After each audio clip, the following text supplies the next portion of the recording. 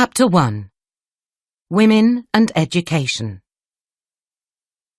I do not wish for women to have power over men, but over themselves. Mary Wollstonecraft, 1759 to 1797. Women's rights start with the education of girls and women. If we study the history of women's fight for equality with men, education has always been an important topic. It may be the most important topic, because women can only be equal to men if they have an equal education. But the fight for equal education has met many problems. In many countries, and at different times in history, girls had very little or no education.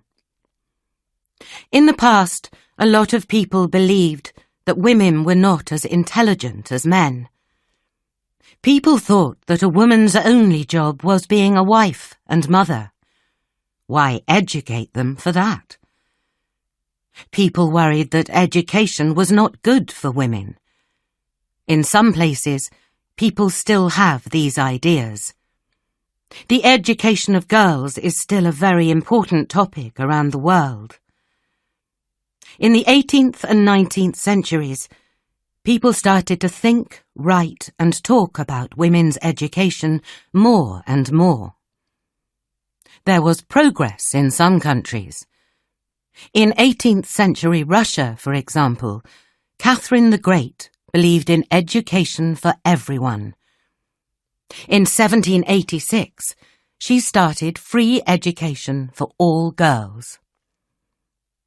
In England, writers like Catherine Macaulay, Mary Wollstonecraft, Hester Chapone, and Hannah More all wrote about female education.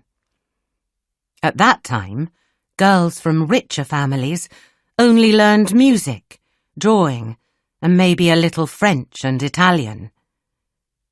In her book, Letters on Education, 1790, Catherine Macaulay, the first English female historian, told mothers and fathers to educate their girls. Women could not do well, she said, because of their bad education. One of the most important people of this time was Mary Wollstonecraft. She was an English thinker and writer who wrote about education and social equality for women. Her books have been very important for women's rights, and they are still important today. Mary was born in London in 1759. Her family were not rich, but they educated her. She taught at a school and also worked as a private teacher. She taught children in someone's house. She then wrote Thoughts on the Education of Daughters in 1787. In 1788, she began working for a London book publisher who published her novel, Mary, a Fiction, 1788, and some of her other books. Her most famous book is A Vindication of the Rights of Woman, 1792. In it, she writes that men and women must have equal education. Boys and girls, she wrote, must go to school together. A Vindication of the Rights of Woman is very important in the history of women's rights. Schools do not help girls and women, wrote Mary. With real education, she said, women could be good wives and mothers, but also good workers in many jobs. Her ideas were very new at the time.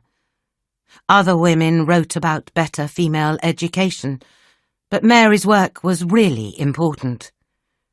She believed that education in Britain had to change. This kind of change could be good for all society.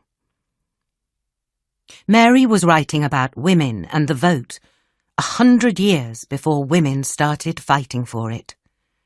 Today, Mary Wollstonecraft is called the mother of British feminism. Any woman who has the vote and can read and write can say thank you to Mary Wollstonecraft.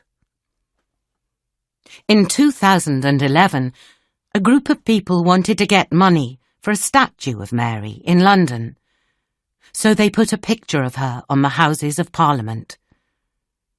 "We have a lot of statues of famous men. Let's have a statue of this famous woman," they said. In 2018, more people in politics and theatre joined the group to ask for a statue of Mary Wollstonecraft.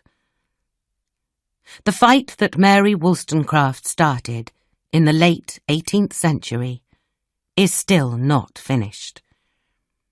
Since then, many women have fought for female education.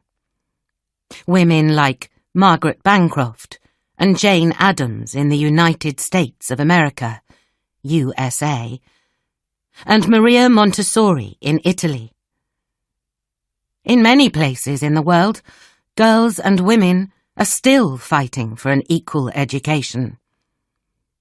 One of the most famous fighters for girls' education today is Malala Yousafzai. Malala was born in 1997 in the Swat Valley in Pakistan. Her mother and father believed in education for girls. In 2007, a group of men called the Taliban came to the Swat Valley. They said, "People cannot have a television or play music." In January 2008, the Taliban said, "Girls cannot go to school." Malala used the name Gul Makai and began writing for the BBC, the United Kingdom's television and radio, about life with the Taliban. She wrote about the last days before her school closed. Malala became famous, both in Pakistan and around the world, as a fighter for girls' education. She was brave, and she spoke about girls' education a lot. But the Taliban did not like it. On the 9th of October, 2012, a man from the Taliban got onto Malala's bus and shot Malala in the head and neck. 2 of her friends were also hurt. Malala did not die, but she was very badly hurt. She was taken to a hospital in the United Kingdom. People in Pakistan and around the world hoped that she could get better. When Malala got better, she decided to continue her fight for girls' education. In the next few years, Malala met with girls around the world, and she met with many politicians, like the President of the USA, Barack Obama. Everywhere she went, she talked about girls' education and equality. In December 2014, Malala Yousafzai won the Nobel Peace Prize. She was only 17 years old, and she was the youngest person ever to win it. Today, Malala and her father, Ziauddin, work in many countries. They want to help to give girls an education. Malala has said, "I tell my story not because it is unique, but because it is not. It is the story of many girls." She is right. 130 million girls in the world do not go to school, and 15 million girls of primary school age will never go into a classroom. This is because of things like war, or because girls have to get married when they are very young. In some countries, children have to work to get money for their family. The education of girls is still an important problem for countries around the world. Educated women have better health and they work more, says the World Bank. They also do not have as many children, and they marry later. Countries where girls are educated are richer too. Spending money on girls' education is very important if each country wants to become richer and happier. As Malala has said, one child, one teacher, one book, one pen